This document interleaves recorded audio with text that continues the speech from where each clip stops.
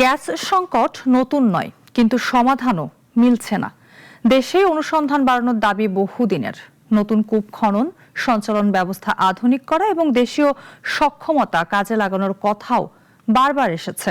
তবুও ভোগান্তি কমেনি। চুলায় গ্যাস নেই, সিএনজি স্টেশনে দীর্ঘ লাইন। প্রশ্ন উঠছে, পরিকল্পনার ঘাটতি কোথায়? সংকট কাটাতে এখন দরকার দ্রুত কার্যকর ও দীর্ঘমেয়াদী উদ্যোগ। মিরাজ মিজুর রিপোর্টে দেখুন বিস্তারিত। বাসাবাড়িতে গ্যাস যেন সোনার হরিণ, যার দেখা পাওয়া যায় মধ্যরাতে, তাও ঢিমে তালে। গ্যাস থাকে না, আসে রাত 12টার পরে, 11টার পরে, আর যাওয়া আসে চিমচিমিয়ে জলে, এতে রান্না সম্ভব না। গত এক সপ্তাহ তাও বন্ধ, জ্বলছে না চুলা। দিনের বেলা থাকতো না, কিন্তু এই রাত্রে আসতো, 1টা-12টার দিকে আসতো, কিন্তু এখন রাত্রেও আসে না, দিনেও আসে না। এক সপ্তাহ আগে গ্যাস কিছু কিছু পাওয়া যায় তো মোমবাতির মতো জ্বলতো রাত 3টা-2টার পরে। গ্যাস না পেলেও গ্যাস লাইন তো আছে, তাই মাস শেষে ঠিকই দিতে হচ্ছে বিল।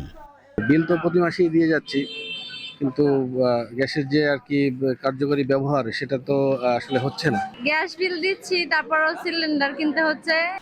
খোদ রাজধানী ঢাকায় তীব্র গ্যাস সংকটে কাঠের চুলাই যেন ভরসা।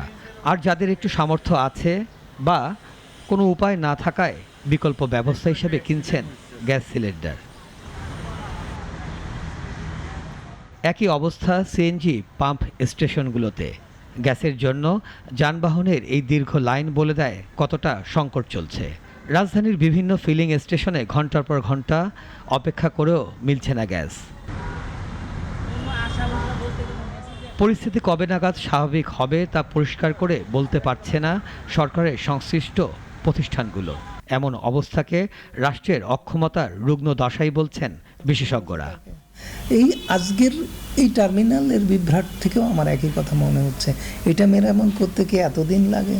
এটা মেরামত করতে কি বলা যায় না কতদিন লাগবে, কত টাকা লাগবে সে কথাটা তো জানি না, কিন্তু আমি জানি যে যত কোটি টাকা লাগবে তার থেকে বেশি লাগানো হবে।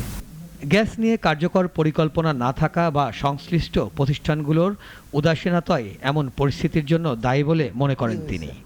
আজকে যদি সাগরের গ্যাস পাওয়ার পরে খুব কি খুশি হওয়ার কোনো কারণ আছে? যেভাবে দাম নির্ধারণ করা হচ্ছে, পিএসসি যেভাবে সংশোধন হচ্ছে, তাতে করে যে দামে তারা তুলবে এবং যে শর্তে তারা তুলবে, ওই গ্যাস গ্রিডে আসতে আন্তর্জাতিক বাজার থেকে এলএনজি আমদানি করে এনে সেই দামের থেকে খুব পার্থক্য হবে বলে মনে হচ্ছে না, আমার কাছে আশঙ্কা হচ্ছে। নানা কারণে সহসাই গ্যাস সংকট স্বাভাবিক হওয়ার কোনো সম্ভাবনা নেই বলে মনে করেন এই বিশেষজ্ঞ। চিন্তিত হচ্ছেন, আমরা চিন্তিত হচ্ছি। মিরাজ মিজু, নাগরিক।